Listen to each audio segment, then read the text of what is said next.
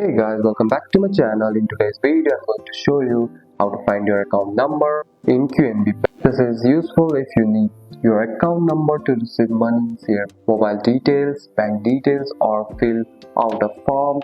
Let's get started. First, open the QNB mobile app on your phone and make sure you are logged in. On the bank account you want to the account form. After selecting the account, look for the option that says account details or account information. On the account details screen, you will see important information like account name, account number, IBN. Your account number is usually shown clearly. In some case, it may be part of your IBN.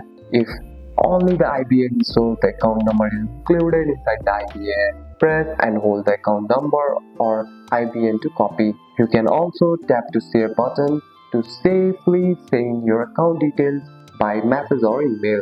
And that's it. That's all for today's video, guys. If you found this video helpful, drop a like and subscribe for more videos. Thanks for watching. See you in the next one.